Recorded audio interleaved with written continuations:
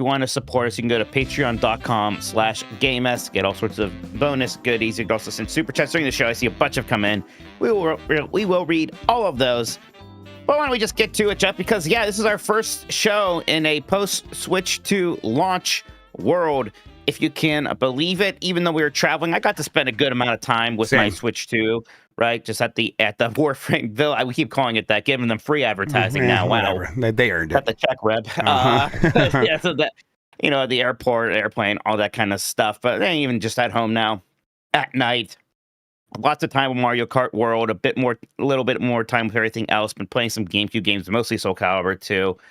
How are you feeling about this new console, Jeff? I like it a lot. I am very happy to have it. Like, it's just nice to have because I've been looking forward to it for so long. And it, in all the ways that matter, it feels like a significant upgrade. It's a more premium feeling device to hold. It is.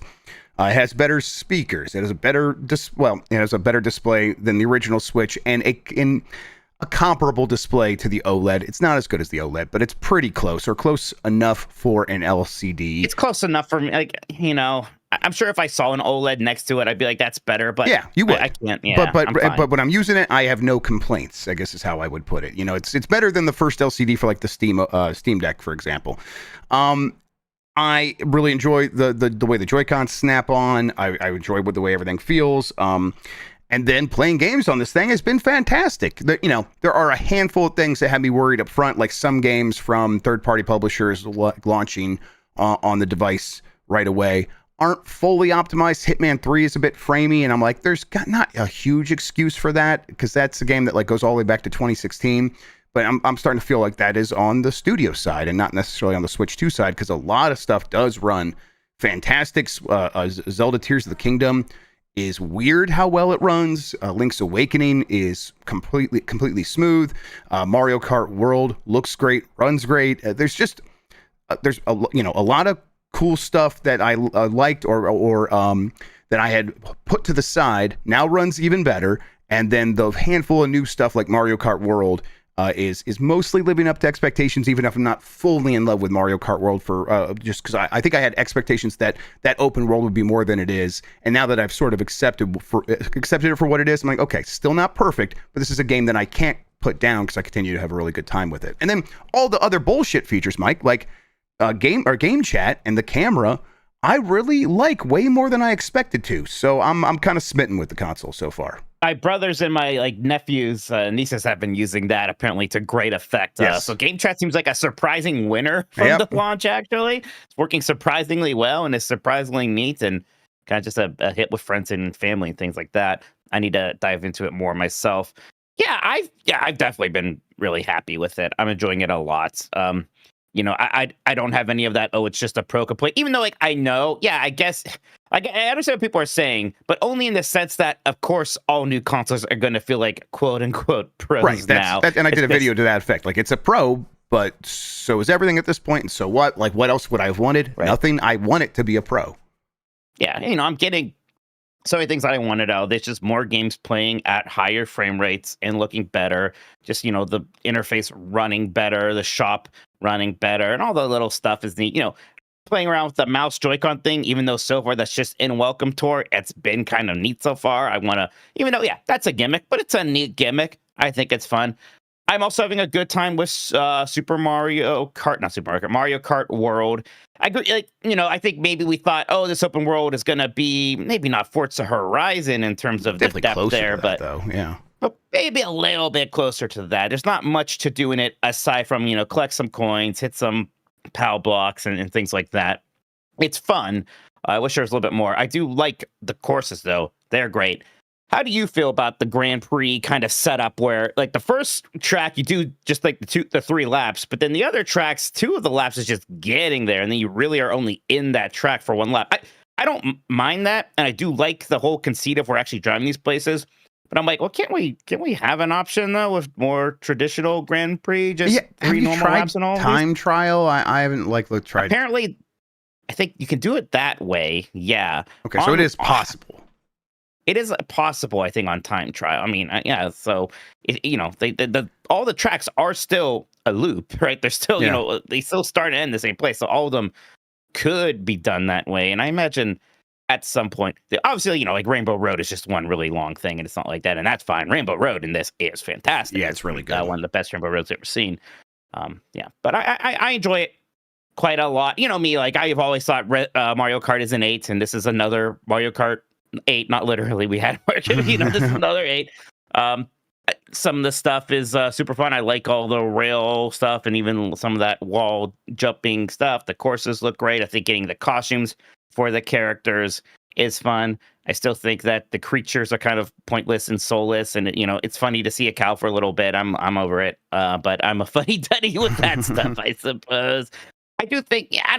You were saying like maybe the bullshit is even more bullshit, and I was wondering if that's true for me, because I've never liked that stuff, right? And I get it. Nobody else wants to play Mario Kart without items on, but it really does feel like there's 4 blue shells a race. I don't know if that's because there's so many more racers and the probability of blue shell is the same, but it's just like, if you're in first place, at some point you have to deal with a blue shell. I mean, what it is like there's so much more mayhem behind first place that they absolutely need the blue shell to keep the first place player in the battle, because otherwise they would pull so far ahead. If there was only one a race, first place would just like have no reason to fall back. And that maelstrom, from second to 18th, there's people that fall way behind, but like second to 18th is just crazy, and it's so hard to get out of that because even with the wide roads, the roads are wider to accommodate 24 players. It's just nonstop nonsense. And that is Mario Kart to a certain degree, but I thought they struck a pretty decent balance with 8. I would have preferred they tried to maintain that, but it's got to be really difficult to balance something like that with this many players in a game like Mario Kart and make it feel like anything can happen, which is so important to these games. And I do think they just fell on the side of, well, you know what? We have a solution to our balancing problems, and it's turn up the rubber banding and turn up how often these items show up, and let's just blast these players so that they feel like they can't get, unstuck from the crowd.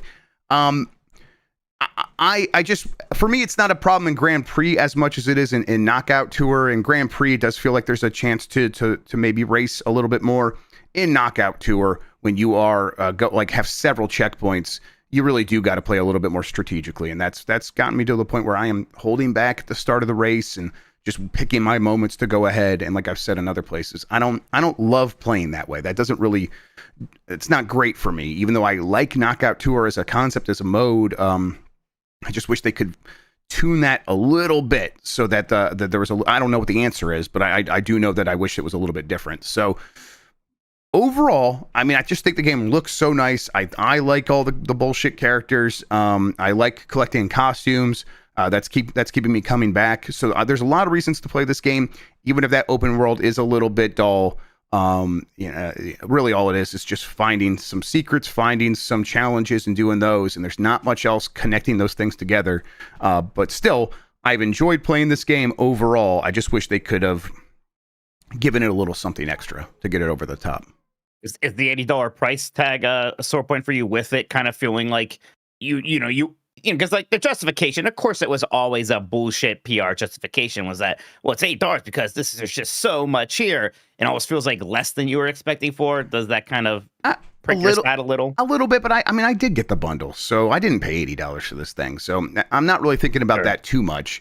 But I guess when I do consider it, it's like, oh, weird. Yeah, that I don't know what they're thinking there, other than they know people who are buying this game are not. They're just seeing Mario Kart, and they have to have the new Mario Kart, so it's that simple for them. So, yeah, I'm just like comparing this to Mario Kart 8 and being like, okay, that game really nailed things for me. I wish this one could have been as refined, and really feels like they kind of just wanted to add some stuff and then couldn't figure out how to refine that back to the level that they had Mario Kart 8. Is it working for you as a kind of marquee launch title, right? Maybe that's the question. Would this have been better if there was still the big 3D Mario game or Zelda game or Metroid Prime 4 or something? Yeah, if this was what we were playing on this, to break up playing the new Zelda or new Mario, this would be fantastic. I think that's what goes without saying for sure. With the free roam mode being what it is, it's not really living up to a launch game for me, like being the one game you have at launch. So yeah, that's hurting it a little bit. But excuse me, having it as a game where I brought it home, put it on the TV, We set up the camera, and me and the kids were playing it with our faces on the TV. They love that stuff, and I'm really enjoying it too. I think it's really cute, really smart. So it's working as this is the reason everyone wants to play the Switch 2, and we can play it together. That's nice. So I think it's accomplishing what it wants to for families. But in terms of how I remember the Switch launch going, where I was just locked into this thing for 150 hours playing Zelda, it's certainly not that. How about you? And we'll get Donkey Kong Bonanza soon. I mean, yeah, again, it's for me, it's another Mario It's always Kart. been Mario I Kart, played through all the Grand Prix, and I think that was fun. I'll probably mess around a little bit more, but otherwise, there's not a whole much more I'm gonna do here aside from playing with friends occasionally and checking out new tracks when those do come out. But I'm largely excited for Donkey Kong Bonanza. I think that'll definitely be the meteor Switch release. But we do have 5 some other weeks stuff away from here. that. 5 weeks. That's it. Yeah, it's gonna be here real soon. We do have another quote unquote big Nintendo game for the launch of this thing, right? Switch 2 Welcome Tour, which is both fun and very frustrating. Yeah, and kind of insane. I think it's kind of insane. First off, just the presentation of it has gone straight back to the Wii era, Wii U era, where everything is very sterile and looks like a chart from a medical room or something, right? It looks a lot like Clubhouse games, and somehow even more boring than that. Which I think Clubhouse games really works for its presentation. They make it cute and fun. This is less cute and fun than that. Right. And I mean, some of the stuff that's here is, these mini games, they're simple, but it is kind of fun to watch how the mouse works and do the little gimmicks there. Some of it is so dumb, it's almost endearing again. They give you a quiz about the Switch 2, right? And a lot of it is just walking around and clicking on every button, not on your controller, in the game, so you get stamps. It would be so inoffensive as the pack-in thing. We would all be fine with it. And even though $10 is not a lot, I really am kind of indignant that they charged for this. Incredible. How dare they? And I bought it. So what do I guess I got to hate myself a little bit too, but I'm a journalist. I got to look into these things, Jeff. Yes. That's how I feel. I'm I got to see this thing for myself. I do a Nintendo podcast.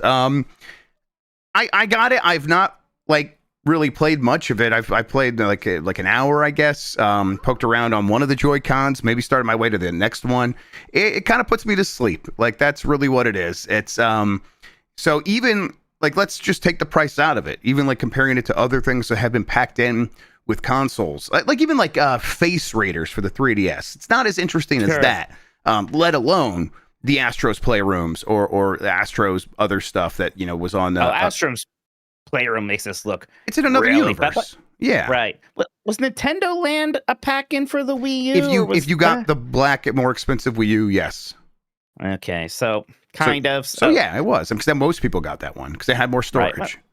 Yeah, so basically that was a lot more impressive than this. Had a lot more personality than this. Even things like Wii Sports, right? I mean, come on. So yeah, it's just wild.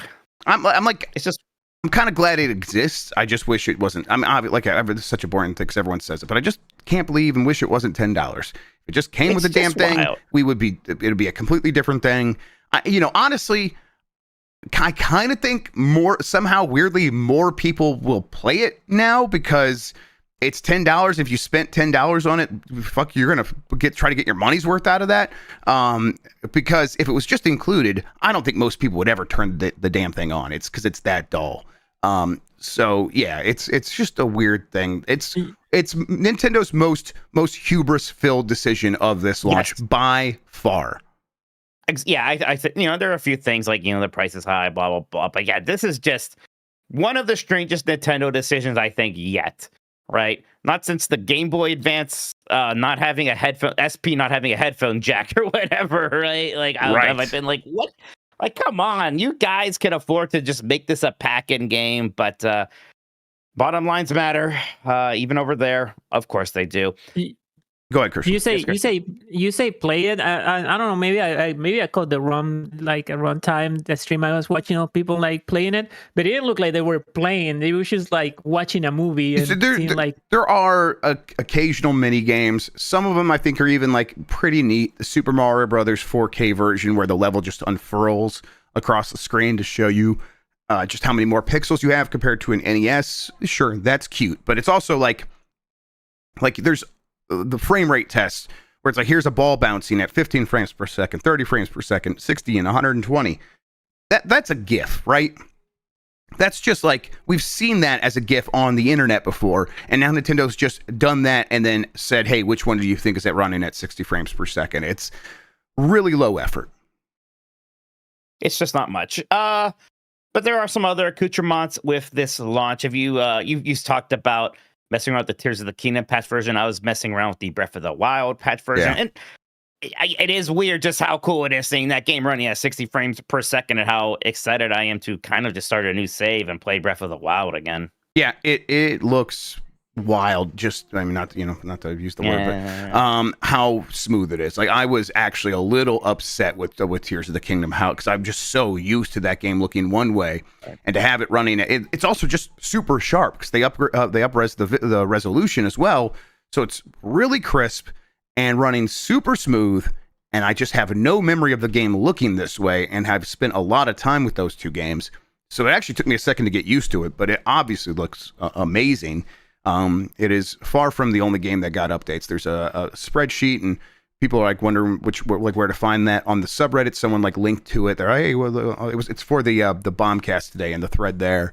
You could find the link. There's like 100 games that have been tracked so far, and people are trying to find, hey, here are the improvements in docked mode. Here's the improvements in handheld mode, and there's a lot. Like, even if the frame rate is capped at 30, there's a lot that are now running at a higher locked resolution. They never drop below 720. Some are even running at a locked 1080, for example. So, and to take advantage of that new screen, and you know, at this 8-inch screen, I think it's at now, 1080p is like just at a point where like that actually does make a difference again. Like when we were at 7 inches or below that, 720p was definitely more than enough. Now that we're getting around 8 inches or larger, 1080p screen does look really nice, and just games look really, really fantastic on this thing, and the performance is fully there. Even if it's not like the most up-to-date hardware, the NVIDIA technology in there clearly is doing a lot of work to make sure that these things are running great.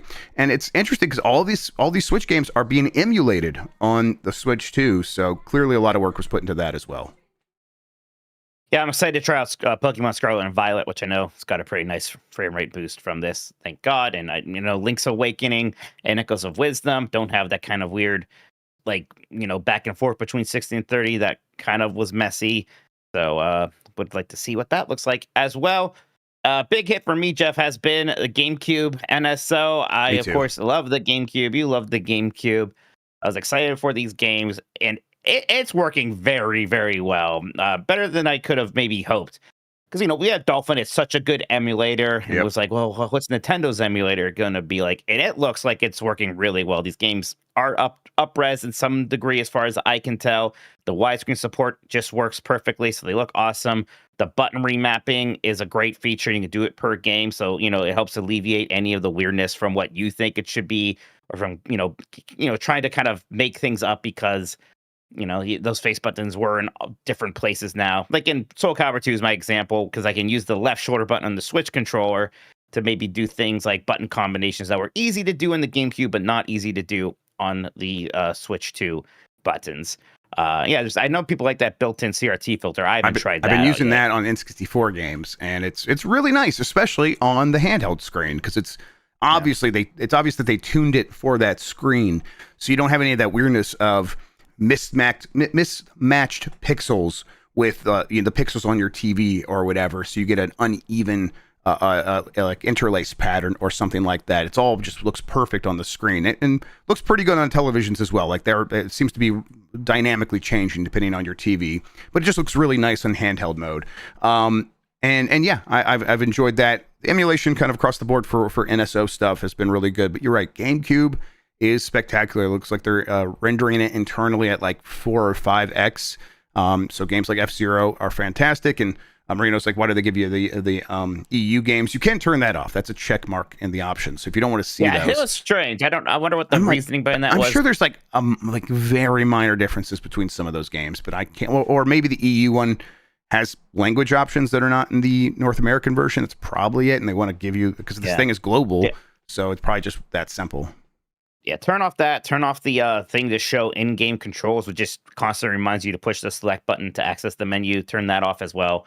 You put games in a widescreen. It's just super clean. Yep. Haven't tried Wind Waker out yet. I bet I'm just gonna play through Wind Waker again. Like I know, the Wii U edition is better in some ways. I don't think in any ways that I'm going to really super miss. I can handle the slower sailing. I can handle the full Triforce quest. I'm okay with all of that. And I bet that game is going to look very, very good still. Yep. And F-Zero is timeless. It really just F-Zero looks as good as it needs to look. Are both so freaking good. Yeah. Yep. Yeah, I mean, I was having so much fun playing Soul Calibur 2. It's just, I still think it's the best 3D fighting game ever. Newbies can be good at it and still have fun, right? They can kind of understand it, but there still is a lot to master there. You have the arcade mode, but you also have that Weapon Master single player mode that has a ton of stuff to do. So it's just fantastic. I'm going to be playing a ton of that.